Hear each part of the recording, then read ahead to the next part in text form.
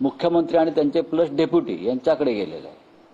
तो काय लोकांपर्यंत जाणार नाही. SRAचा पैसा असेल मोठ्या प्रमाणात मुंबईतला, मग पैसे आणायचे कुठं? मुख्यमंत्री टोलवाटोलवी करतात. पैशाचं सोंग आणता येणार नाही असं आमचे डेप्युटी CM म्हणतात. प्रधानमंत्री सहायता योजना म्हणजे PM केअर फंड नावाचा एक प्रकार नरेंद्र मोदी यांनी सुरू केला त्यांच्या कारकिर्दीमध्ये.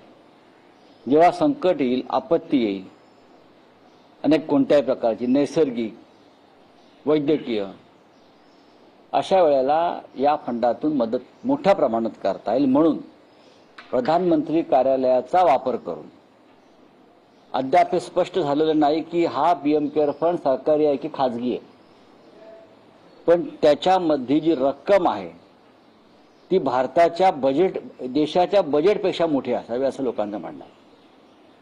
म्हणजे त्या PM केअर फंडामध्ये मुंबईसारख्या शहरातून 2.25 लाख कोटी रुपये जमा झाले.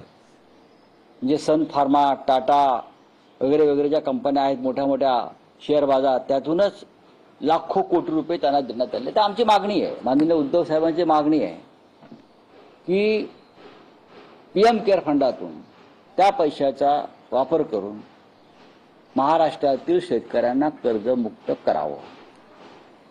आणि देवेंद्र फडणवीस आणि त्यांचे जे 2 उप आहेत बरं का, त्यांनी 2 त्या उपटसुंबांना घेऊन प्रधानमंत्र्यांना भेटावं आणि मराठवाड्यातल्या आणि एकंदरीतच महाराष्ट्रातल्या पूरग्रस्त शेतकऱ्यांची काय परिस्थिती आहे हे त्यांना सांगावं.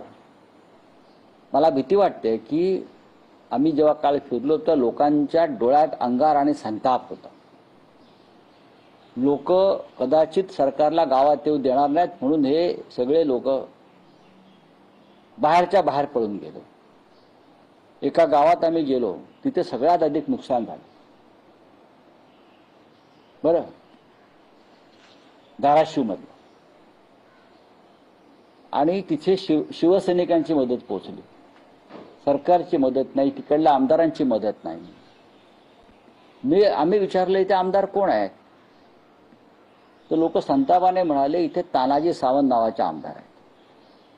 तिथे शिवसैनिकांनी मदत पोहोचवली. मग आमदार कुठे आहेत, तर लोकांनी सांगितलं गाव पाण्यात आणि आमदार पुण्यात, तानाजी पुण्यात, अशी घोषणा तिकडे दिली. गाव पाण्यात आणि तानाजी पुण्यात. एक दिवस ते आले, मुख्यमंत्री आले तेव्हा. म्हणजे त्यांचा अख्खा मतदारसंघ पाण्यात असताना हे साहेब पुण्यात, आणि हे आम्हाला शिकवतात मदत कशी करावी.